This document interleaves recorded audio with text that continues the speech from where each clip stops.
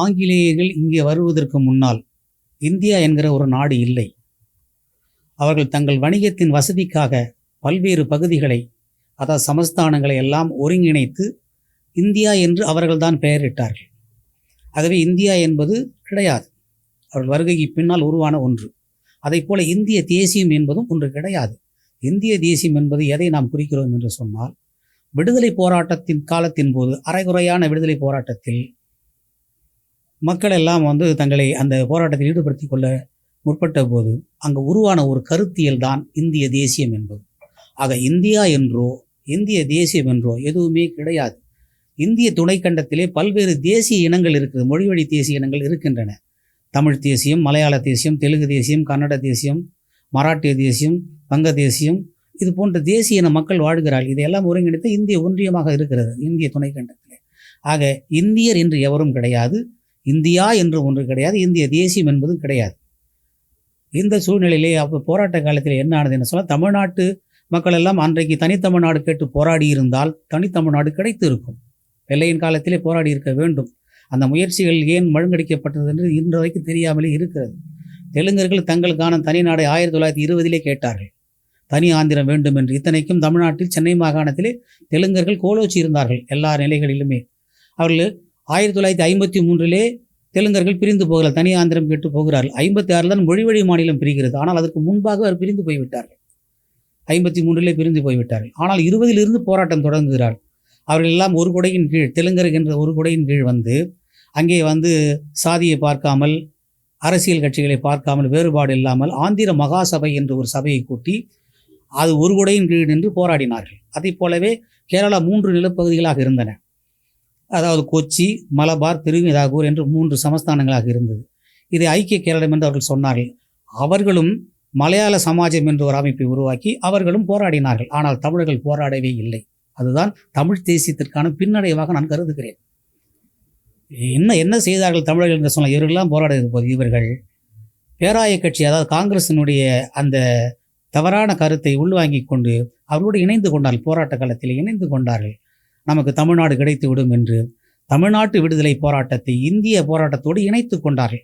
இங்கே இந்தியா விடுதலை அடைந்தால் இங்கே தேனும் பாலும் தெருக்களிலே பெருக்கெடுத்து ஓடும் என்று அவருடைய வாக்குறுதியை நம்பி ஏமாந்து தங்கள் போராட்டத்தை இந்திய விடுதலை போராட்டத்தோடு இணைத்து கொண்டார்கள்.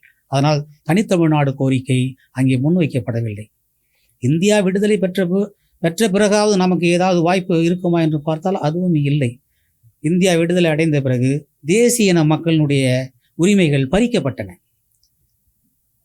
அதாவது தேசிய இன மக்களின் இறையாண்மையை ஏற்றுக்கொள்ளுகிற சரியான கூட்டாட்சி முறை என்பது இந்திய அரசியல் அமைப்பு சட்டத்திலேயே கிடையாது. ஆகவே தான் நாம் என்ன சொல்கிறோம், தமிழ்நாட்டிற்கு உரிய பொருளியல், மக்களியல், இதை எல்லாம், இந்த அறிவியல் எல்லாவற்றையும் அவர்கள் மறுக்கிறார்கள். எனவே தான் நாங்கள் இறையாண்மை பொருந்திய தமிழ் தேசிய குடியரசை நிறுவ வேண்டும் என்கிறோம். அதில் ஒரு தவறும் இல்லை. இறையாண்மை என்பது என்ன? இறையாண்மை என்பது இறுதியான அரசியல் அதிகாரம். ஆக்ஸ்போர்ட் பல்கலைக்கழகத்தினுடைய பேராசிரியர் அதை வரைவிலக்கணம் கொடுக்கிறார். லேன் மெக்லின் என்பவர் வரைவிலக்கணம் கொடுக்கிறார். இறையாண்மை என்பது அரசியல் ரீதியாக எடுக்கப்படுகின்ற முடிவுகளும் அந்த முடிவுகளுக்கு, அதாவது அந்த முடிவுகளை செயல்படுத்துவதற்கும் உரிய அந்த ஆற்றல் இருக்கிறதே, அந்த முடிவுகளை எடுத்து அது யாரையும் விட, வேறு எதையும் விட உயர் அதிகாரம் படைத்தது. அந்த இறையாண்மை என்பதை நாம் தான் அரசுக்கு கொடுக்கிறோம். அரசுக்கு இறையாண்மை என்பது கிடையவே கிடையாது. மக்கள் வாக்குரிமையின் வாயிலாக கொடுக்கப்படுகின்ற அந்த இறையாண்மை தான் அவர்கள் அதிகாரத்தில் வருகிறார்கள். ஆகவே அந்த இறையாண்மை கொடுக்கின்ற மக்களுக்கே மறுக்கப்படுகின்ற பொழுது நாம் தனிநாடு கேட்பதில் தவறு ஒன்றும் இல்லை. இதை தமிழர்கள் அன்றைக்கு செய்ய தவறிவிட்டார்கள் என்பது என்னுடைய குற்றச்சாட்டு. இந்த சிக்கலெல்லாம் தீர வேண்டும் என்று சொன்னால் நமக்கு அந்த இறையாண்மை பொருந்திய தமிழ் தேச குடியரசு வேண்டும் என்கிறோம். அதற்கு நாம் என்ன செய்ய வேண்டும் என்று சொன்னால், தமிழ் தேசிய கருத்தலை உள்ளீடாக கொண்டு தமிழ் தேச விடுதலையை முன்வைத்து நாம் போராட முன்வர வேண்டும். அப்போதுதான் தமிழ் தேசம் விடுதலை பெறும். 1916 நீதி கட்சி தொடங்க பெற்றது. நீதி கட்சி தொடங்கிய நாளிலிருந்தே தமிழர்கள் முற்றிலுமாக புறக்கணிக்கப்பட்டார்கள். அதில் இருந்த நீதி கட்சியில் இருந்த தலைவர்கள் எல்லோருமே தெலுங்கர்கள் தான். அது மட்டுமல்ல, 1920 நீதி கட்சி ஆட்சி அமைக்கிறது. 1920 37 வரைக்கும் நீதி கட்சி தான் ஆட்சி செலுத்துகிறது. அந்த ஆட்சி செலுத்துகிற காலத்திலே ஒருவர் கூட தமிழர்கள் முதலமைச்சராக வர முடியவில்லை. நான் பட்டியலிட்டே சொல்லுகிறேன் அதை. நீதி கட்சியிலே முதலமைச்சராக இருந்தவர்கள் பனகல் அரசர் ஒரு தெலுங்கர், சுப்புராயலு ஒரு தெலுங்கர், முனுசாமி நாயுடு ஒரு தெலுங்கர், பொப்ளி அரசர் ஒரு தெலுங்கர், கூர்ம வெங்கட ரெட்டி ஒரு தெலுங்கர். இவர் ஐவர்களும் முதலமைச்சராக இருந்தார்கள். இதுக்கு இடையிலே 1916 20 வரை 1926 30 வரைக்கும் டாக்டர் சுப்புராயன் என்கிற தமிழர் முதலமைச்சராக இருந்தார். அவர் நீதி கட்சியிலே இருந்து முதலமைச்சராகவில்லை. நீதி கட்சியிலிருந்து வெளியேறி தனித்து நின்று வெற்றி பெற்று சுயேட்சையாக இருந்தவர்களுடைய ஆதரவு கோரி அவர்களோடு இணைந்து அந்த ஆட்சியை நடத்துகிறார். ஆகவே சுப்புராயன் நீதி கட்சியில் வெளியேறி தான் அந்த முதலமைச்சராகிறார். நீதி கட்சியில் ஒரு தமிழர் கூட முதலமைச்சராக வர முடியவில்லை.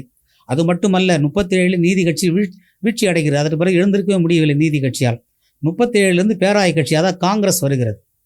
காங்கிரஸில் தமிழர்கள் வந்தாரா என்றால் அதிலும் தமிழர்கள் வரவில்லை. 1937 52 வரைக்கும் யார் முதலமைச்சராக இருந்தால் ராஜாஜி இருந்தார், கன்னடர். டி பிரகாசம் இருந்தார், அவர் தெலுங்கர். அதே போல் குமாரசாமி ராஜா இருந்தார், அவர் தெலுங்கர். இறுதியாக அவர் ஓமந்தூர் ராமசாமி ரெட்டி இருந்தார், அவரும் தெலுங்கர். ஆக 52 வரைக்கும் காங்கிரஸ் கட்சியிலும் தமிழர்கள் முதல்வராக வர முடியவில்லை. அங்கும் அவர்கள் தான் கோலோச்சினார்கள். 52 பிறகு 53 ஆந்திரா தனி மாநிலமாக போகுது. அதன் பிறகுதான் தமிழர்களுக்கு முதலமைச்சராக வரக்கூடிய வாய்ப்பு வருகிறது. அதுவும் நிலைக்கவில்லை. 67 பிறகு அது கன்னடர்கள், மலையாளி, தெலுங்கர் என்று மாறி மாறி போகிறது. இதுதான் இன்றைய சூழ்நிலை. ஆகவே எல்லா நிலையிலும் தமிழர்கள் புறக்கணிக்கப்பட்டார்கள். அதனால்தான் நாம் தமிழ் தேசியத்தை முன்னெடுக்காமல் போகிறோமோ என்ற ஒரு அச்சம் வருகிறது.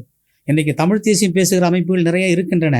தமிழ் தேசியம் என்பது ஒரு பொது கருத்தியல். அந்த பொதுவான அந்த தமிழ் தேசிய கருத்தியலை எவர் உள்ளீடாக கொண்டு ஆட்சி, அதாவது கட்சி நடத்துகிறார்களோ அதன் பிறகு செயல்படுகிறார்கள், நம்ம ஆதரிக்க வேண்டும் தான். நீங்கள் கூட ஒரு கேள்வி கேட்டு, கடந்த காலத்திலே ஏன் நீங்கள் நடந்து முடிந்த தேர்தலிலே திராவிட கட்சிகளை ஆதரித்தீர்கள் என்று.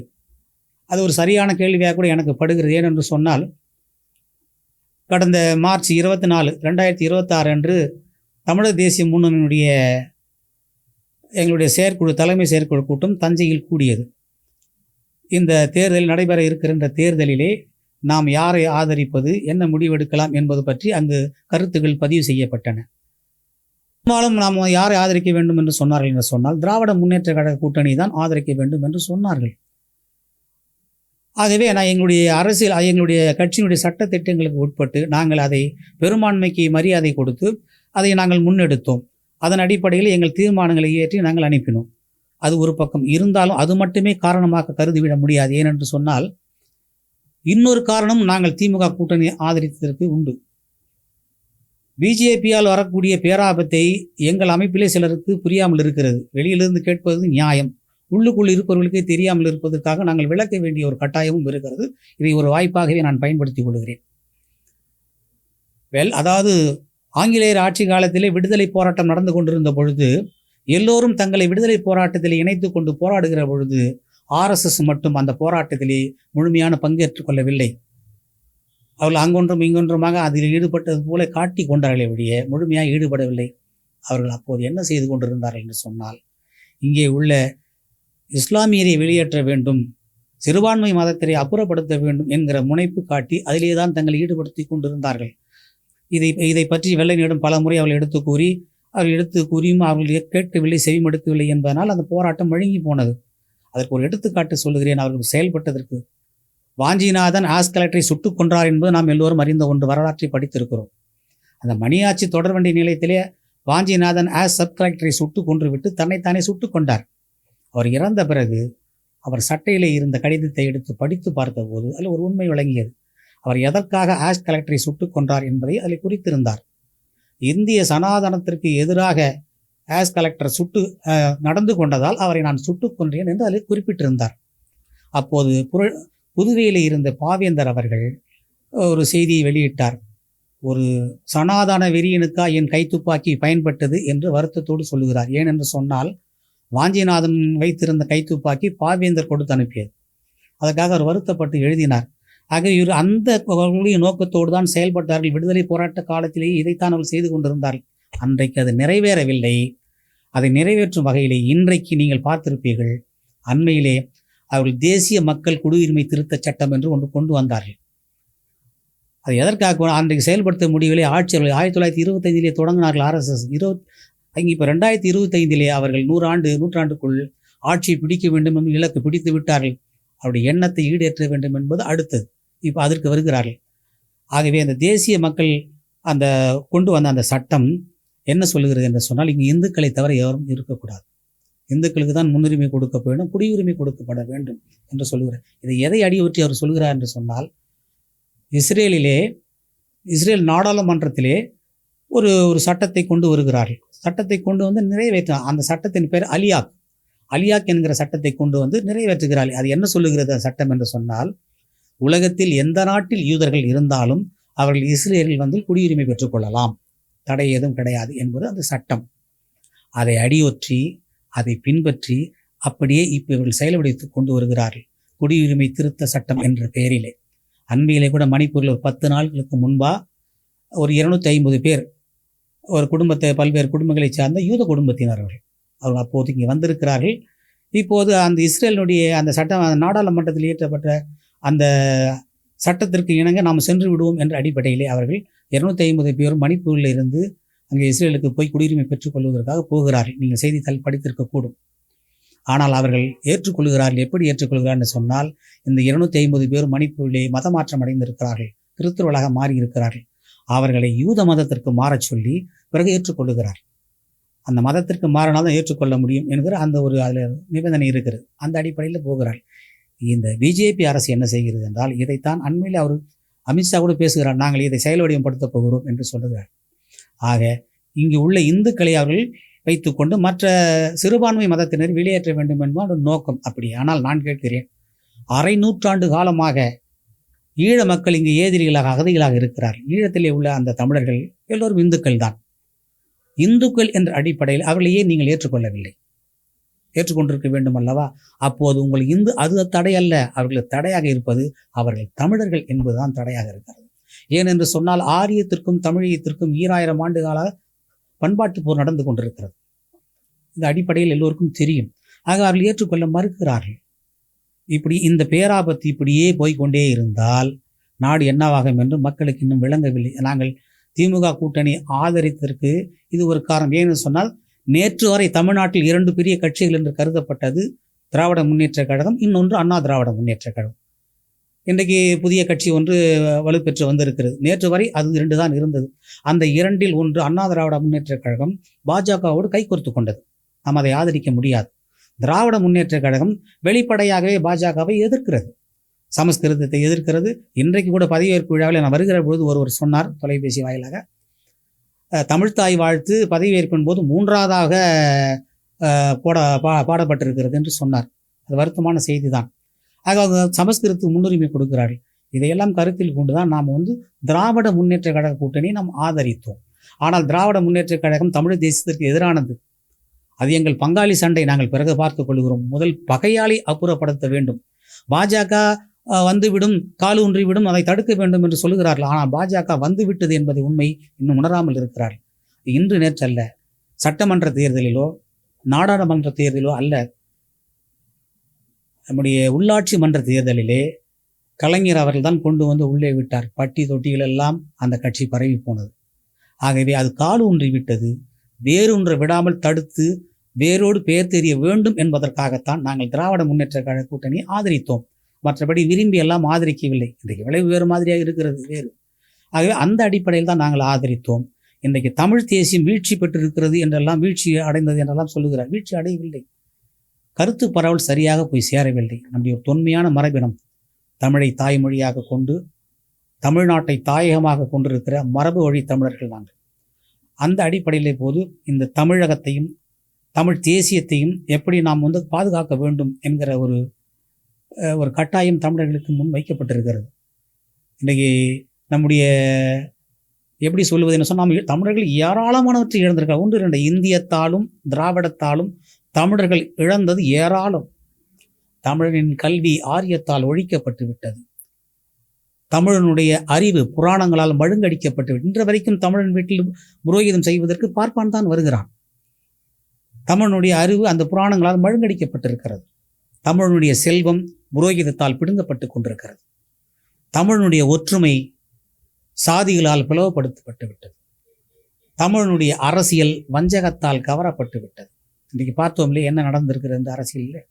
ஆக மக்கள் ஆர்வமாக விரும்பி வாக்களித்தார்களா என்பதை நம்ம மாற்றம் என்று சொன்னால் 234 தொகுதியில் மாற்றம் வந்திருக்க வேண்டும், அப்படி நிகழவில்லை. இது ஒரு தடுமாற்றம் இருக்கிறது.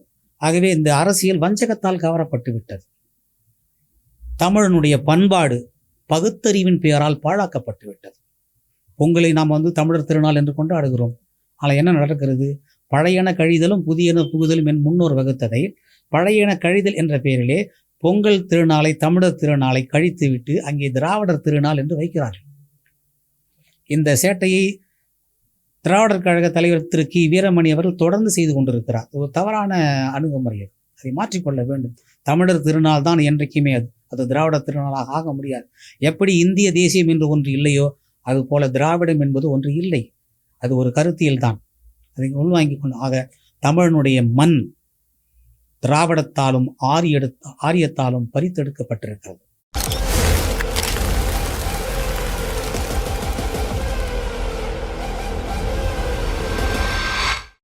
தாவேகா இப்போதுதான் ஆட்சியில் அமர்ந்திருக்கிறது. அவர்கள் இப்போ முன்னெடுப்பை நம்ம எடுத்த உடனே, இப்போ நான் சொன்ன ஏற்கனவே வருகிற பொழுதே ஒருத்தர் அலைபேசி வாயிலாக சொன்னார், தமிழ்தாய் வாழ்த்து 3ஆவதாக முழங்கப்படுகிறது என்று. அவருக்கு அதை பற்றியெல்லாம் தெரிந்திருக்குமா என்று எனக்கு தெரியவில்லை. அவர் இப்போதுதான் ஆட்சிக்கு வந்திருக்கிறார். அவர் அங்கே பெரியார் படத்தையும் வைத்திருக்கிறார், வேலு நாச்சியார் படத்தையும் வைத்திருக்கிறார். இது போன்ற அவர் பெருந்தலைவர் காமராஜர் படத்தையும் வைத்திருக்கிறார். அவர் எப்படி நடந்து கொள்வார் என்பது இன்னும் போக போக தான் தெரியும். ஆனால் நாங்கள் ஏன் பெரியாரை தாக்குகிறோம் என்று நீங்கள் அப்படி எடுப்பிலே சொல்லிவிடுகிறார். அவர் தமிழ் தேசியத்திற்கு அவருக்கு தெரிந்தோ தெரியாமலோ எதிராகவே இருந்திருக்கிறார். ஏன் என்று சொன்னால், நீங்கள் உலகத்தில் எங்கேயாவது அந்த மண்ணின் மக்கள் பேசுகிற தாய்மொழியிலே பேசாதே என்று எவராது சொல்வார்களா? தாய்மொழி எப்படி அவசியமான ஒன்று. அந்த தமிழிலே நீங்கள் யார் தமிழ்நாட்டில் இருந்து கொண்டு பெரியார் இந்த மண்ணுக்குரியவர் அல்லர். அவர் இந்த மண்ணிலே பிழைக்க வந்தவர். அதில் மாற்று கருத்து எவருக்கும் இருக்க முடியாது. அவர் இங்கே பிழைக்க வந்தவர் தான். அவர் இந்த மக்களினுடைய மொழியை பேசக்கூடாது, நீங்கள் தமிழிலே பேச வேண்டாம், உங்கள் வேலைக்காரியிடம் கூட நீங்கள் ஆங்கிலத்திலே பேசுங்கள் என்று சொன்னால் நாம் எப்படி பொறுத்து கொண்டிருக்க முடியும்? தாய்மொழி என்பது அவசியமான ஒன்று. இன்னொன்று சொல்லுகிறேன், நீ இப்போது வைத்திருக்கிற இந்த அறிவியல் கண்டுபிடிப்பு சாதனங்கள் எல்லாமே கண்டுபிடித்தவன் அவனவன் தாய்மொழியிலே படித்து கண்டுபிடித்தது. தாய்மொழியை கற்காமல் எவன் ஒருவனும் எந்த ஒரு அறிவியல் கண்டுபிடிப்புகளையும் இந்த மண்ணுக்கு வழங்க முடியாது. இன்றைக்கு கடவுள் இல்லை என்று சொல்லிக்கொண்டும் அல்லது இது போன்ற மொழியை இழிவுபடுத்திக் கொண்டிருக்கிற அவர்கள் எல்லாம் கூட பயன்படுத்துகிற அத்தனையுமே இறை நம்பிக்கையோடு உள்ள தாய்மொழியை பற்றாக கொண்டிருப்போம் கண்டுபிடித்து கொடுத்த சாதனங்கள் தான், மறுக்க முடியாது. சமயம் சாராத ஒரு நாடு உலகத்தில் எங்கேயுமே கிடையாது. அவள் அறியாமையால் பேசுகிறாளா இல்லை வேண்டும் என்று பேசுகிறாள் என்பது தெரியாது. ஆகவே அவர்கள் எதிர்க்கிறோம் என்றல்ல, எங்களுடைய இனத்திற்கு எதிராக இருக்கிறார் என்பதை சுட்டி காட்டுகிறோம். அவரே தான் சொல்லுகிறார், எல்லா வகையிலுமே சொல்லுகிறார். தமிழை காட்டு மிராண்டி மொழி என்று சொன்ன போது கூட கலைஞர் அவர்கள் அப்போது சப்பை கட்டினார். அது கல் தோன்றி மண் தோன்றா காலத்தே முன் தோன்றியது என்பதால் அப்படி சொல்லுகிறார். அதற்கு அவரே விளக்கம் தருகிறார். பெரியாரே, நான் அப்படி சொல்லவில்லை, தோழர் கருணாநிதி தவறாக விளக்கம் சொல்லுகிறார். அது தமிழிலே ஒன்றுமில்லை, அந்த சனினை விற்றொழி என்று தான் நான் சொல்லுகிறேன் என்று சொன்னார். இது அவர் சொன்னதெல்லாம் விடுதலையும் குடியரசிலும் பதிவாகி இருக்கிறது. இன்றைக்கு ஏன் அவர்கள் பெரியார் நூலை அரசுடையமாக ஆக்காமல் இருக்கிறார்கள்? அது வெளியே வந்தால் எல்லாம் உண்மையும் தெரிந்துவிடும். நம்முடைய அடுத்த தலைமுறை இளைஞர்கள் அந்த உண்மையை படித்தார் திடலுக்கு தீ வைத்து விடுவார்கள். அவ்வளவு கொடுமையான செய்திகள் எல்லாம் இருக்கிறது. ஆகவே நாங்கள் எதிர்க்கிறோம் என்று சொன்னால் அவர் இனத்தின் மீது சீரை வாரி இறைத்திருக்கிறார். திருக்குறள் உலகம் போற்றும் ஒரு நூல். அது பொது நூல், பொது மறை என்று சொன்னால் ஒரு இனத்திற்குரியதாகிவிடும். பொது நூல் அது. இன்றைக்கு திருக்குறளை மொழிபெயர்த்து பல நாடுகளில் வைத்திருக்கிறார்கள். இன்றைக்கு உலகம் முழுக்க பேசப்படுகிறது திருக்குறள். திருக்குறள் இல்லாத செய்தி வேறு எந்த நூலிலுமே இல்லை. எல்லோரும் ஏற்றுக்கொண்ட ஒன்று. திருக்குறளின் மலம் என்று சொன்னார். நாம் எப்படி ஏற்றுக்கொள்ள முடியும்? இப்படி ஒவ்வொன்றாக நம்முடைய சங்க இலக்கியங்களை எல்லாம் இழிவுபடுத்தி பேசினார். அவர் இலக்கியங்களே படிக்காதவர். படிக்காமல் அவர் சொல்லுவது எனக்கு என்ன வருத்தம் என்று சொன்னால், அவர் சொன்னார், அவர் காலத்தில் இருந்த தமிழறிஞர்கள் ஏன் அதை எதிர்த்து கேள்வி கேட்கவில்லை என்கிற வருத்தம் எனக்கு இருக்கிறது. அவர் அறியாமல் சொன்னாரா வேண்டும் என்று சொன்னாரா என்பது வேறு. இதை அறிந்த தமிழறிஞர்கள் ஏன் கேள்வி எழுப்பவில்லை? அந்த ஒரு குற்றச்சாட்டு அந்த அறிஞர்கள் மீது இன்னமும் இருக்கிறது. இன்னைக்கு இளைஞர்கள் எல்லாம் துடிப்போடு இருக்கிறார்கள். இந்த இளைஞர்கள் மத்தியில் தமிழ் தேசிய கருத்தை நாம் பரப்ப வேண்டும். இதற்கு முன்னால் நீங்கள் என்ன செய்தீர்கள்? என்னையும் கேட்கிறார். நான் 60 வயதை கடந்தவன் தான். கேட்கிற போது நான் சொல்ல வேண்டியது தடைக்கல்லாக பெரியார் தான் இருந்தார் என்று நான் சொல்ல வேண்டி இருக்கிறது. இதனால் தான் நாங்கள் பெரியாரை முன்னால் கொண்டு வைக்க வேண்டிய ஒரு தேவையும் கட்டாயமும் இருக்கிறது. இன்னும் நிறைய சொல்லி கொண்டு போனால் அவரை பற்றி அவர் செய்த கேடுகளை சொல்ல வேண்டும், நிறைய இருக்கு. நான் அதையெல்லாம் சொல்ல விரும்பவில்லை. ஆனால் 30 ஆண்டு காலமாக அதை நான் வெளியே எல்லா கூட்டங்களிலும் சொல்லிக் கொண்டு வருகிறேன்.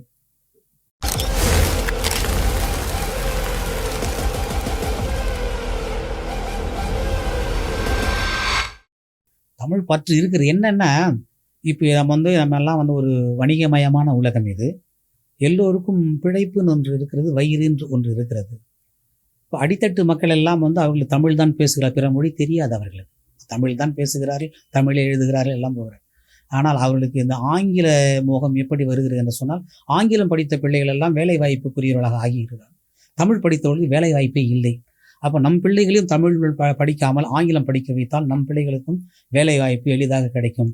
ஆகவே நம் பிள்ளைகளையும் நாம் கடனுடன் வாங்கியாவது படிக்க வைத்து அந்த பிள்ளைகளை ஆங்கில வழி கல்விக்கு அனுப்புவோம் என்று அனுப்பி கொண்டிருக்கிறார்கள். ஆகவே வருகிற இங்கே ஆட்சியில் இருந்த இந்த 60 ஆண்டு காலம் திராவிட கட்சி மாறி மாறி இருந்தது அல்லவா, தமிழுக்கு முன்னுரிமை கொடுப்பதாக ஏமாற்றி கொண்டிருந்தார். தமிழ் வழியிலே படித்தவர்களுக்கு வேலை வாய்ப்பில் முன்னுரிமை கொடுத்திருக்க வேண்டும். அப்படி செய்யவில்லை. தமிழில் படித்தவருக்குத்தான் வேலை வாய்ப்பில் முன்னுரிமை என்று ஒரு சட்டம் இயற்றுங்கள்.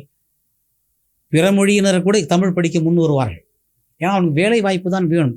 இது இந்த அரசு 60 ஆண்டு காலமாக மாறி மாறி இருந்த இந்த 2 அரசுகளுமே செய்யவில்லை, ஏமாற்றியது. அது நம் கவலத்தில் இனி வரும் அரசுகள் செய்யுமா என்பது தெரியாது.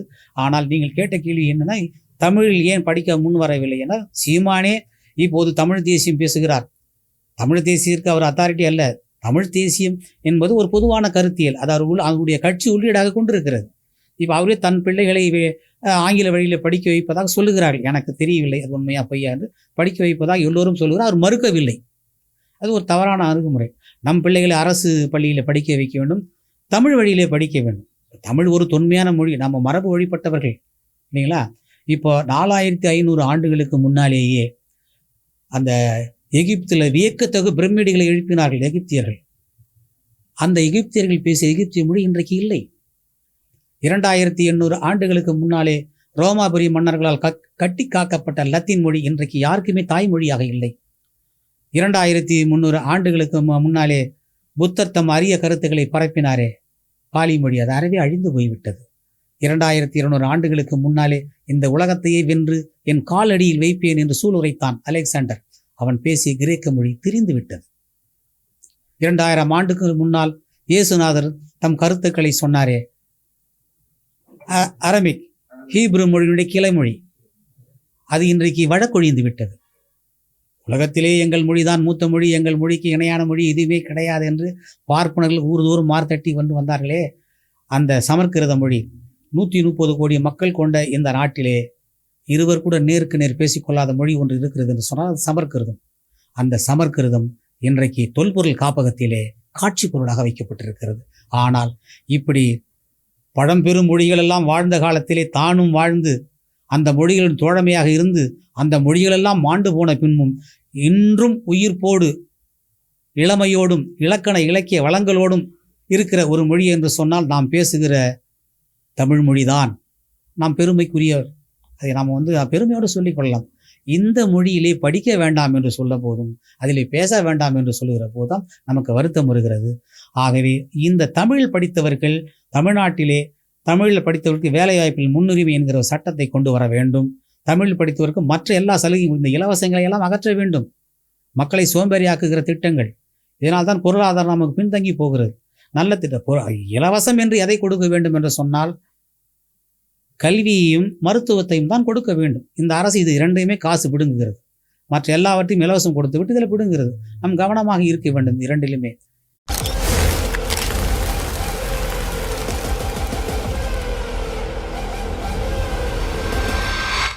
இப்படி சொல்வதால் அவருக்கு ஒன்று ஆதாயம் இல்லை. இங்கே தமிழ்நாட்டில் உள்ள தலைவர்களிலே பிரபாகரனோடு மிக நெருக்கமாக இருந்தவர் ஐயா நெடுமாறன் ஒருவர் தான். மற்றவங்களும் வைகோ இருந்தார், அவர் கோவை ராமகிருஷ்ணன், கொளத்தூர்மணி அவர்கள், திரு கி வீரமணி இவர்கள் எல்லோரும் நெருக்கமாக இருந்தாலும் கூட அதிகமாக இருந்தது ஐயா நெடுமாறன் அவர்கள் தான். அவரும் இவருடன் தான் நெருக்கமாக இருந்தார். அவர் பிரபாகரன் இறந்து விட்டார் என்று இன்று புதிதாக சொல்லவில்லை. இதற்கு முன்னாலே 2 முறை சொல்லி இருக்கிறார் பிரபாகரன் இறந்து விட்டார் என்று. இந்து பத்திரிகை பிரபாகரன் இறந்து விட்டார் என்று ஒரு படத்தையும் போட்டு ஒரு பிணத்தையும் காட்டி அவர் இறந்து விட்டார் என்று சொன்னார்கள். அப்படி சொன்ன பிறகு அப்போதும் ஐயா நெடுமாறன் அவர்கள் தான் பிரபாகரன் உயிரோடு இருக்கிறார் என்று அறிக்கையிட்டார். அப்படி 3வது நாளிலேயே அவர் பிரபாகரன் மதுரையில் ஐயா வீட்டிற்கே வந்து விட்டார்.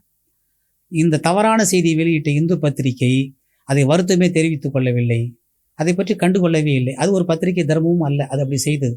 ஆகவே ஏற்கனவே 2 முறை பிரபாகரன் கொல்லப்பட்டார், இறந்து விட்டார் என்று சொன்ன போதும் பிரபாகரன் உயிரோடு தான் இருக்கிறார் என்று சொன்னவர் நெடுமாறன் 2 முறையும் அவர் உயிரோடு தான் வந்தார். 3வது முறையும் அவர் கொல்லப்பட்டார் என்று சொல்லும்போது அதையும் மறுத்து சொன்னவர் ஐயா நெடுமாறன் தான். 3வது முறையும் அவர் வருவார் என்ற நம்பிக்கையோடு இருக்கிறார். நாங்களும் கேட்டோம், நீங்கள் கேட்பது போல நாங்களும் அவரை கமுக்கமாக கேட்டோம், உண்மையிலே இருக்கிறாருங்களா ஐயா என்று. இருக்கிறார், நம்பிக்கையோடு வருவார், காலம் அதற்கு இன்னும் கனியவில்லை, ஆக வருவார் என்று நம்பிக்கையோடு சொல்லுகிறார். நாங்களும் அதை நம்புகிறோம்.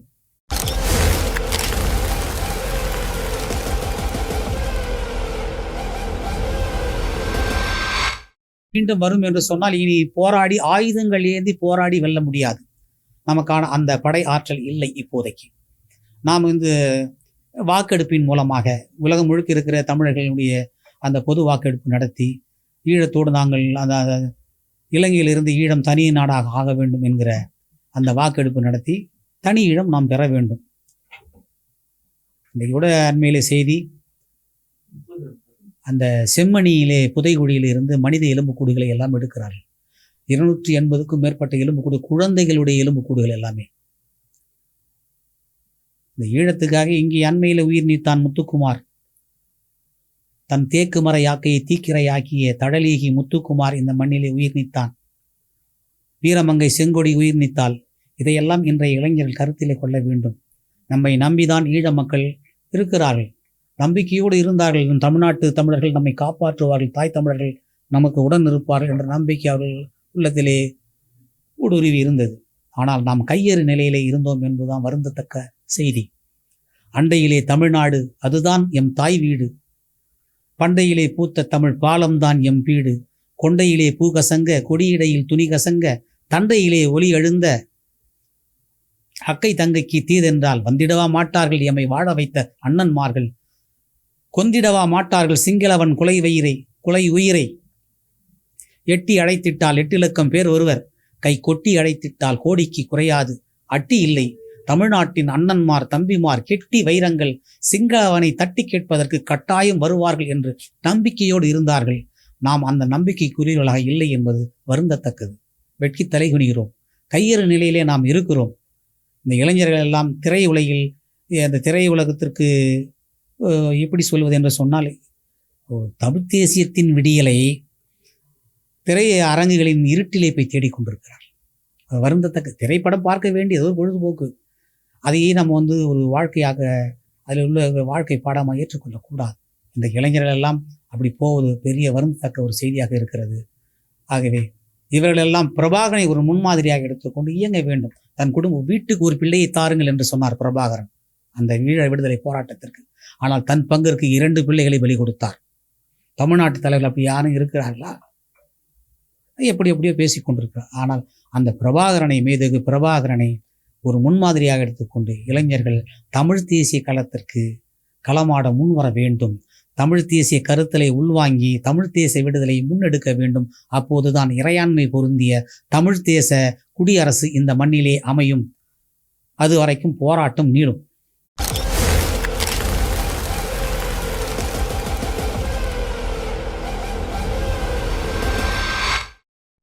இது பிரிவினை, தமிழ் தேசியம் பேசுவது பிரிவினை என்பது கிடையாது.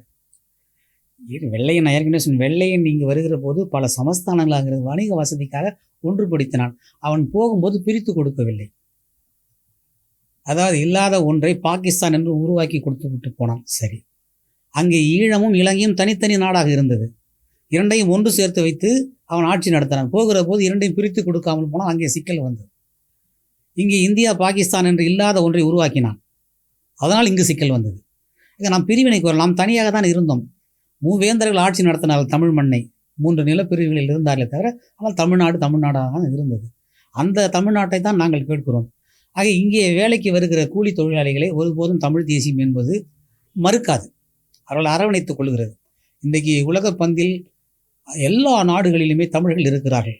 புலம்பெயர்ந்து போய் அங்கு கூலிகளாக போனவர்கள், புலம்பெயர்ந்து போன தமிழர்களெல்லாம் அந்த மண்ணிலே நலமாக வளமாக வாழ்ந்து கொண்டிருக்கிறார்கள். அப்படி வாழுகிற தமிழர்கள் எந்த சூழ்நிலையிலுமே அந்த மண்ணின் மக்களினுடைய பண்பாட்டை பாழாக்கியோ, அவர்களுடைய நாகரிகத்தை நாசமாக்கியோ, அவர்களுடைய பொருளாதாரத்தை வீணடித்தோ வாழவில்லை. மாறாக அந்த நாட்டின் வளர்ச்சிக்கு தங்களுடைய பங்களிப்பையும் செலுத்தி தாங்களும் வளர்ந்து உயர்ந்து வருகிறார்கள். அதுபோன்று இங்கு இருந்தால் நாங்கள் ஒருபோதும் எதிர்க்கப் போவதில்லை. நாங்கள் ஏற்கனவே எங்கள் ஐயா நெடுமாறனார் அவர்கள் ஒரு போராட்டம் நடத்தினார். மார்வாடிகளை எதிர்த்து வந்தேரியில் வேட்டைக்காடு என்ற நூல் கூட அது தொடர்பாக எழுதியிருக்கிறார். முதலாளிகள் இங்கு கொழுத்து போய் சில சேட்டைகள் எல்லாம் செய்கிறார்கள். அதை தான் கண்டிக்கிறோம். கூலி தொழிலாக வருகிற எவரையுமே நாங்கள் இதுவரை தமிழர் தேசிய முன்னணி நாங்கள் எதிர்க்கவே இல்லை. அப்படி எதிர்ப்பதையும் நாங்கள் கண்டிக்கிறோம். ஏனென்றால் இன்றைக்கு உலகம் முழுக்க தமிழர்கள் போய் பிழப்புக்காக போயிருக்கிறார்கள். நம்ம இந்திய துணை கண்டத்தில் எடுத்துக்கொண்டால் கூட பெங்களூரில் பெரும்பான்மையாக தமிழர்கள் இருக்கிறார்கள், மும்பையில் இருக்கிறார்கள். ஆகவே எல்லோரும் எல்லா நாடுகளுக்கும் போக வேண்டும், தொழில் செய்ய வேண்டும் என்பதிலே மாற்று கருத்து இல்லை. ஆனால் இங்கு வருகிற வடவர்கள் ஒரு பண்பாட்டு சீரழிவை உருவாக்குகிறார்கள். இங்கே இந்த போதைப்பாக்கு இப்போது மிகுதியாக நடமாட்டமாக இருக்குது. இப்போ தமிழெல்லாம் நீங்கள் மதுக்கடையிலே மயங்கி கிடக்கிறார்கள் என்று சொல்லுகிறீர்கள். உண்மைதான், நான் மறுக்கவில்லை. இப்போ தமிழர்கள் எல்லாம் கூலி தொழிலாக இருக்கிற தமிழர்கள் எல்லாம் மதுக்கடையில் மயங்கி கிடப்பதனால் வடவர்கள் வேலைக்கு வர வேண்டிய ஒரு தேவையும் கட்டாயம் இருக்கிறது. இன்றைக்கு வடவர்கள் இல்லை என்று சொன்னால் நிறைய மேம்பாலங்கள்லாம் கட்டி முடித்திருக்க முடியாது. தமிழ்நாட்டில் அவருடைய உழைப்பு தான் அந்த மேம்பாலங்கள்லாம் உயர்ந்து நிற்கிறது, அது மறுக்க முடியவில்லை. ஆனால் அவர்கள் இன்றைக்கு கூட்டம் கூட்டமாக சேர்ந்து கொண்டு தமிழர்களை தாக்குகிறார்கள். இதற்கு முன்னால் அப்படி நடக்கவில்லை. இப்போது ஏன் நடக்கிறது என்று சொன்னால் இங்கு தான் நாம் கவனிக்க வேண்டிய ஒரு விஷயம். இப்போது மோடியினுடைய ஆலோசனைப்படி அல்லது அவர்கள் இருக்கிறார்கள் என்ற நம்பிக்கையின் அடிப்படையிலே இங்கே ஒரே நாடு ஒரே மொழி அப்படி வர வேண்டும் என்ற அடிப்படையிலே தமிழர்கள் இங்கே தாக்கப்படுகிறார்கள். இது பின்னாளிலே எவ்வளோ பெரிய ஆபத்து என்பது தெரியாமல் இருக்கிறார்கள். அவருடைய திட்டமே அடுத்து தேர்தல் நடக்குமா நடக்காதா என்பது கூட தெரியவில்லை. அந்த ஹிட்லரினுடைய மறுபதிவு தான் இந்த மோடி. ஹிட்லர் என்ன சொல்லி வாக்கு கேட்டான் மக்களிடத்திலே, ஒரே ஒரு முறை எனக்கு வாக்களியுங்கள், இந்த நாட்டை எப்படி உயர்த்து காட்டுகிறேன் பார், என்னை நம்பி வாக்களியுங்கள் என்று அந்த மக்களை மதிமயக்கி வாக்கு சேகரித்து வெற்றி பெற்று ஆட்சி அமைத்தான். நம்பி வாக்களித்த மக்களுக்கு அடுத்த முறை தேர்தல் வருகிற போது வாக்குரிமை இல்லை என்று வாக்குரிமை பறித்து கொண்டான். அந்த நிலைமை தான் இந்த நாட்டிற்கு வரும். மோடி ஹிட்லருடைய மறுபதிவு அது கவனத்தில் வைத்துக் கொள்ளும். இதையெல்லாம் அறியாமல் இந்த மக்கள் இங்கே மதியிலே மயங்கி கிடக்கிறார்கள். இப்படி இருப்பதனால் வடவர்கள் வருகை அதிகமாக மந்தையாக வந்து இன்றைக்கு இங்கே அவர்கள் எல்லா உரிமைகளும் பெறுவது மட்டுமல்ல, அவர்கள் வாக்குரிமை பெற்றுவிட்டால் வெற்றி தோல்வியை தீர்மானிக்கிற ஆற்றலாக வடவர்கள் இருப்பார்கள். அப்போது மோடி நினைத்தது இங்கே எளிதாக நடந்துவிடும். ஆக அவருடைய வருகையை நாம் எதிர்க்கவில்லை, அவருடைய உழைப்பை நாம் ஒருபோதும் மறுதளிக்கவில்லை. அவர் வரட்டும், பிழைப்பு நடத்தட்டும், வேண்டாம் என்று உலகம் முழுக்க தமிழர்கள் இருக்கிறார். யார் எங்கு நாம் உலகத்திலே உள்ள எந்த இலக்கியத்தையும் பார்க்க முடியாத செய்தி நம் இலக்கியத்தில் யாதும் ஊரே யாவரும் கேளீர் என்று சொன்னவன் முதல் தமிழன் தான். உலகமெல்லாம் என்னுடைய உறவு என்று சொன்னால் உலகத்தார் அத்தனை பேரும் என் உறவு என்று சொன்னவன் தமிழன். ஆகவே உலகம் முழுக்க நாம் போகலாம், உலகத்தில் உள்ள அத்தனை பேரும் இங்கு வரலாம், அதில் எந்த ஒரு தடையுமே இல்லை. அவர்கள் பிழைப்பு நடத்தலாம், வசதியாக வாழலாம் எல்லாம். நாங்கள் சொல்வது எங்களை நாங்களே ஆள வேண்டும் என்பதுதான் எங்களுக்கு தமிழ் தேசியத்தினுடைய கோரிக்கை கொள்கை. அந்த அடிப்பில் வடவர்களை நாங்கள் எதிர்க்கவில்லை. வடநாட்டு முதலாளிகள் இங்கு ஆதிக்கம் செலுத்தி தமிழர்களை எல்லா நிலைகளிலும் தாழ்த்துவதை இதை நாங்கள் ஏற்றுக்கொள்ள முடியாது.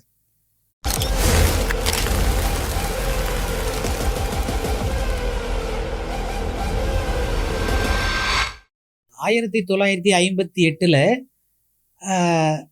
சீபா ஆதித்தனார் அவர்கள் ஒரு கோரிக்கையை முன்வைத்து போராட்டம் நடத்தினார். அதை தமிழ்நாடு அகன்ற தமிழகம் அவர் கேட்ட தமிழ் ஆழி சூழ் தமிழ்நாடு, அதை பர்மா ஈழத்தை உள்ளடக்கிய தமிழ்நாடு வேண்டும், தனித்தமிழ்நாடு வேண்டும் என்று கோரிக்கை வைத்தார். அப்போது அண்ணா அவர்கள் அவரை கிண்டலாக சொன்னார். சீபா ஆதித்தனார் கேட்கிற தமிழ்நாடு தனித்தமிழ்நாடு என்பது தொழுநோயாளின் கையில் இருக்கிற வெண்ணெய் போன்றது, யாருக்கும் பயன்படாது என்று கிண்டல் அடித்தார். நாம் அந்த கோரிக்கை அன்றைக்கு ஒரு போராட்டமாக வடிவெடுத்து பெரிதாக ஆகியிருக்கும் என்று சொன்னால் இன்றைக்கு தனித்தமிழ்நாடு பெற்றிருக்கக்கூடும். தமிழ் தேசியத்தினுடைய எதிர்காலம் இன்றைக்கு கேள்விக்குறியாக இருப்பதாக நீங்கள் சொல்கிறீர்கள். ஆனால் இளைஞர்கள் தான் அதை எப்படி கொண்டு போக வேண்டும் என்று நாம் அவர்களை வழிநடத்த வேண்டும். நம்முடைய தலைவர் இதுவரையும் இருந்த திராவிடம் பேசிய தலைவர்கள் எல்லாம் தமிழை முதன்மைப்படுத்துவதாக சொல்லிக்கொண்டு ஏமாற்றி திரையுலகத்தினரே அரசியலுக்கு அழைத்து வந்தவர்களே திராவிட முன்னேற்ற கழகம் தான், எம்ஜிஆர் அவர்கள் தான் அழைத்து வந்தார்கள். இன்றைக்கு 77 எம்ஜிஆர் வெற்றி பெற்று மதுரைக்கு போகிற பொழுது அந்த மதுரை மக்கள் எல்லாம் அவரை வரவேற்று ஆரத்தி எடுத்து அதில் ஒரு மூதாட்டி எம்மையார் என்ன செய்தார்கள், திலகமிட்டு எம்ஜிஆருக்கு, ஐயா நீங்கள் வெற்றி பெற்றீர்கள் மகிழ்ச்சி, ஆனால் நீங்கள் நம்பியாரிடம் கவனமாக இருக்க வேண்டும் என்று சொன்னார். ஏன்னா அந்த அம்மாவுக்கு தெரியவில்லை நிஜ வாழ்க்கை என்பது வேறு, திரைப்பட வாழ்க்கை என்பது வேறு. அவர் திரைப்படத்தில் தான் எம்ஜிஆருக்கு நம்பியார் வில்லன், நிஜ வாழ்க்கை அவர் கருணாநிதி தான் வில்லன். அது தெரியாமல் அந்த மக்கள் இருந்தாலும் இன்றைக்கும் அப்படித்தான் இருக்கிறது. இன்றைக்கும் மதுரையிலே சங்கம் வைத்து தமிழ் வளர்த்த மதுரையிலே குஷ்புவுக்கு கோயில் கட்டி குடமுழுக்கு செய்தார்கள் நம் இளைஞர்கள். இதே சென்னையிலே ஒரு மானத்தமிழன் மரத்தமிழன் தன் தேக்கு மர யாக்கையை தீக்கிரையாக்கி உயிர் நீத்தான் தழலீகி முத்துக்குமார். அந்த இளைஞரை போல் முன்வரவில்லையே என்கிற வருத்தம் நமக்கு. எதிர்காலம் இளைஞர்கள் என்ன செய்ய போகிறார்? இப்போது அவர்கள் தேர்வு செய்திருக்கிற இந்த ஆட்சி கூட ஒரு ஐயத்திற்குரியதாக தான் இருக்கிறது. ஏனென்று சொன்னால் இவர்கள் சிந்தித்து வாக்களித்து இதை கொண்டு வந்தார் என்று சொன்னால் ஒருபோதும் 100க்கு 200 விழுக்காடு நான் ஒப்புக்கொள்ள மாட்டேன். இது மாற்றம் அல்ல, இது அவசர கோலத்தில் அள்ளி தெளித்த தடுமாற்றம். இதை நான் ஏற்றுக்கொள்ள முடியாது. அவர்களுக்கு என்ன நடக்க போகுது என்று தெரியாது. ஆக வந்திருப்பவரும் நல்லது செய்வாரா என்று நமக்கு தெரியாது. நாம் இருந்து பார்க்கணும். ஆக இளைஞர்கள் தமிழ் தேசிய கருத்துக்களை உள்ளீடாக கொள்ள வேண்டும். திரையுலகத்திலே போய் அதிலே சொருகிக் கொள்ளக்கூடாது. திரைப்படம் என்பது ஒரு பொழுதுபோக்காக கருத வேண்டுமே தவிர அதை வாழ்க்கையாக எண்ணிக்கொள்ளக்கூடாது. ஆகவே இளைஞர்கள் தமிழ் தேசிய கருத்துக்களை உள்ளீடாக கொண்டு எதிர்வரும் காலத்திலாவது நம்முடைய பிள்ளைகள் விடுதலை காற்றி நுகர வேண்டுமேயானால் இந்த இளைஞர்கள் இதிலிருந்து மீண்டு தமிழ் தேசியத்திற்கு வர வேண்டும். நான் ஏற்கனவே சொன்னது போல அவர் முன்மாதிரியாக பிரபாகரனை அவர்கள் எடுத்துக்கொள்ள வேண்டும். அவர்கள் முன்மாதிரியாக எடுத்துக்கொண்டு இயங்க வேண்டும். நம்முடைய மண்ணை நாம் பாதுகாக்க கடமைப்பட்டிருக்கிறோம். நாம் இந்த பிழையை இப்போது செய்தோம் என்று சொன்னால் அடுத்த தலைமுறை நம்மை மன்னிக்காது. அந்த பிழையான செயலை நாம் செய்யக்கூடாது என்று மன்றாடி கேட்கிறேன். பாவலர் பெருஞ்சித்தனார் அவர்கள் ஏற்கனவே இந்த மண்ணில் தமிழ் தேசிய வித்துக்களை விதைத்திருக்கிறார். ஆகவே தமிழ் தேசியம் செழிப்பாக வருகிறது. இப்போது நான் சொன்னேன் அல்லவா, குஷ்புக்கு கோயில் கட்டி குடமுழுக்கு செய்தார் இளைஞர் என்று. அதே இளைஞர்கள் ஒரு பக்கம் தழலீகி முத்துக்குமாரின் பெயரிலும் வீரமங்கை செங்குடியின் பெயரிலும் இயக்கம் வைத்து நடத்துகிறார்கள் என்று சொன்னால் அது தமிழ் தேசியத்தின் வளர்ச்சி, தமிழ் தேசியத்திற்கான வெற்றியாகவே நான் கருதுகிறேன். ஆகவே ஏற்கனவே இந்த மண்ணில் தமிழ் தேசிய விதைக்கப்பட்டு விட்டது. இனி திராவிடம் என்பது இங்கே துளிர் விடாது, அது போய்விட்டது. இந்த தேர்தல் ஏதோ ஒரு வகையில் ஒரு நன்மை செய்திருக்கிறது. திராவிடம் என்று பேசியவர்களை வாயடைத்து வைத்திருக்கிறது. அது ஒரு வகையில் நன்மை. அதையே முழுமையாக ஏற்றுக்கொண்டு நாம் செயல்பட முடியாது. நாம் இனிமேல் விழிப்போடு இருக்க வேண்டிய காலம் இதுதான். அருமை திராவிட தம்பி, நீ பல அரசியல் கட்சிகளை நம்பி அலைந்த அலை போதும், நடந்த நடை போதும். இனி அமைவாய் ஒரு புறம் குந்தி தமிழ் தேசியம் பற்றிய சிந்தி என்று நம் இளைஞர்களுக்கு நாம் விழிப்பூட்ட வேண்டிய ஒரு தேவையும் கட்டாயம் நம் முன் இருக்கிறது.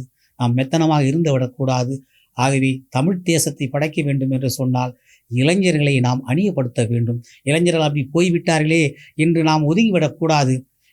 எனக்கென எதுவும் இல்லை இந்த இனங்கட்ட தமிழனின் நிலை தவிர இவன் தனக்கும் உதவான், தமிழுக்கும் உதவான், தன்னின நன்மை நாட்டுக்கும் உதவான், சென்ற திசையிலே திருப்பம் இல்லாமலே தேம்பியும் ஓடியும் திரிவான் என்று நாம் விட்டுவிட முடியாது. இருப்பினும் ஒரு கை பார்த்திடலாம், அவன் இடிவினில் ஒரு துளி தீர்த்திடலாம் என்று நாம் முயற்சி எடுத்து அந்த இளைஞர்களை நம் பக்கம், தமிழ் தேசியத்தின் பக்கம் ஈர்த்து கொண்டு அவர்களை நம்முடைய நிலைமையை உணர வைத்து அவர்கள் கடமையாற்ற செய்ய வேண்டிய பொறுப்பு ஒவ்வொரு தமிழனுக்கும் உண்டு. அதில் நான் நீ என்று ஒதுங்கி கொள்ளக்கூடாது. எல்லோருக்கும் அந்த பொறுப்பு உண்டு. தமிழ் தேசியம் பேசுகிறவர்களுக்கு மட்டுமே இருப்பது என்பது தவறான கருத்து. ஆகவே தமிழ் தேசியம் பேசுகிற 1-2 அமைப்புகள் எல்லாம் நாங்கள் தான் தமிழ் தேசியத்தின் அத்தாரிட்டி என்று சொல்லிக் கொள்வது தவறான. எல்லார் மடையிலும் தமிழ் தேசியம் இருக்கிறது. அது விளங்க வைக்காமல் நாம் தான் இத்தனை ஆண்டு காலம் தெரிந்திருக்கிறோம் என்பது நம் மீது ஒரு குற்றச்சாட்டு இருக்கிறது. நாம் சரியான வழிகாட்டுதலை அந்த பிள்ளைகளுக்கு, இளைஞர்களுக்கு காட்டவில்லை என்கிற குற்றச்சாட்டை நாம் ஒப்புக்கொள்கிறோம்.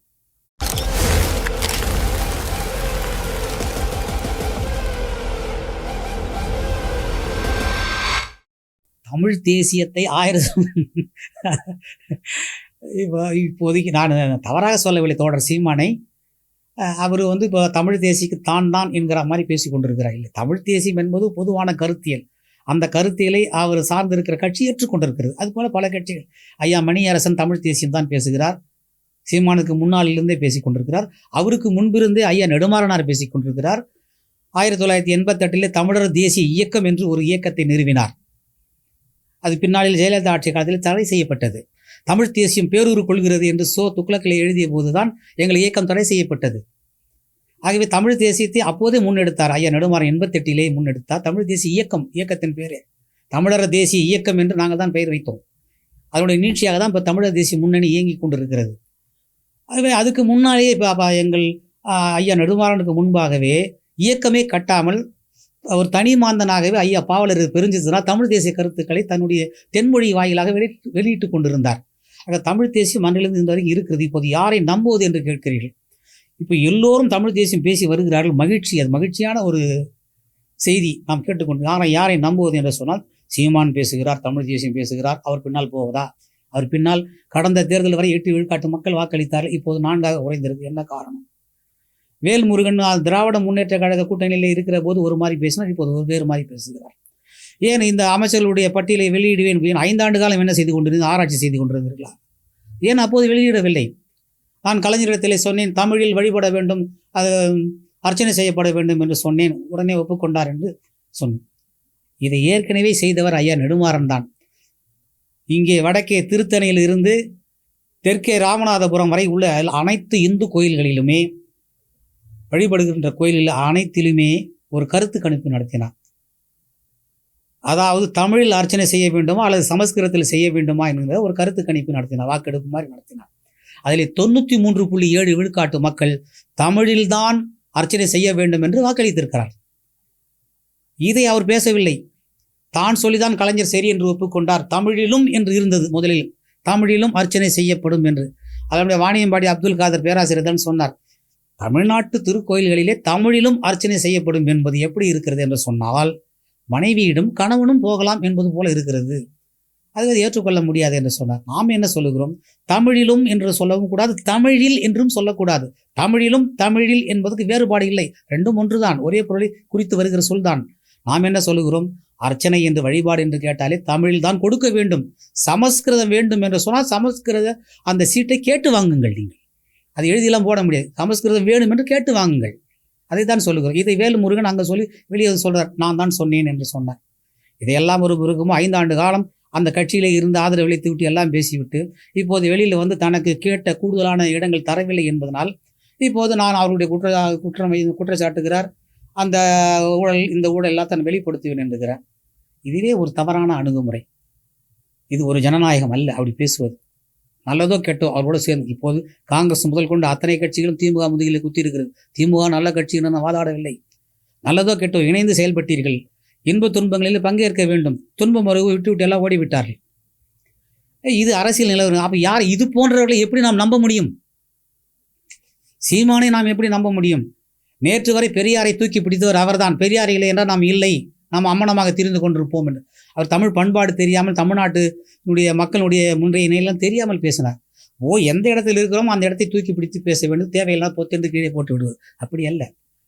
பெரியாருக்கு முன்பு எவனுமே கல்வி, பெரியார் வந்து தான் கல்வி வந்தது என்று அவர் தான் சொன்னார் நிறைய கூட்டங்கள். பெரியாருக்கு முன்னால் யாருமே படிக்கவில்லையா? எத்தனை பேர் படித்து அறிஞர் அந்த அமைப்பிலேயே இருந்தார்களே. ஆக இவர் எதையும் படிக்காமல் இலக்கியங்களை, பெரியார் இலக்கியம் படிக்காமல் சொன்னார் தமிழை ஒன்றுமில்லை தூக்கி போடு. தமிழில் இல்லாத எதிலுமே இல்லை. அத்தனை அறிவியல் செய்திகளும் தமிழில் இருக்கிறது. அதை படித்தவருக்கு தான் தெரியும். நீ அரைகுறையாக படித்து விட்டு பெரியாரிஸ்ட் என்பார்கள். நான் ஒன்றை மட்டும் தெளிவாக சொல்லிக் கொள்கிறேன். எவர் ஒருவர் பெரியாரை அரைகுறையாக படிக்கிறார்களோ அவர்களெல்லாம் பெரியாரிஸ்டுகள். எவர் ஒருவர் பெரியாரை முழுமையாக படிக்கிறார்களோ அவர் பெரியாருக்கு எகெயின்ஸ்ட். இதை படித்தால் தெரியும். சீமான் கடந்த காலங்களிலே தூக்கி பிடித்தார், இப்போது தூக்கி போடுகிறார். நாங்கள் ஒருபோதும் அப்படி ஈவேராவை தூக்கியும் பிடிக்கவில்லை, தூக்கியும் போடவில்லை. அவர் செய்த பிழைகளை சுட்டி காட்டி கொண்டிருக்கிறோம். ஆகவே இவர்களை எல்லாம் இப்படி பேசுகிற, நாளைக்கு மாறியும் பேசுவார். இப்போ திடீரென்று பாரதி மீது பற்று வந்திருக்கிறது. அவர் பாரதியை தூக்கி பிடித்து பேச, பாரதியை நாங்கள் தவறாக சொல்லவில்லை. நாங்கள் எல்லா கூட்டங்களும் பாரதி, அதாவது ஈவேராவது தமிழை பேசாதே படிக்காதே என்று சொன்னார், பாரதி படி என்று சொன்னான். தேமதுர தமிழோசை உலகம் எல்லாம் பரவும் போய் செய்தல் வேண்டும், தமிழை பரப்பு என்று சொன்னான், படிக்காதே என்று எங்கும் சொல்லவில்லை. ஏன் பரிதிமார் கலைஞர் தன் பெயரை, அவர் சூரியநாராயண சாஸ்திரி என்கிற தன் பெயரை பரிதிமார் கலைஞர் என்று மாற்றிக்கொண்டார்.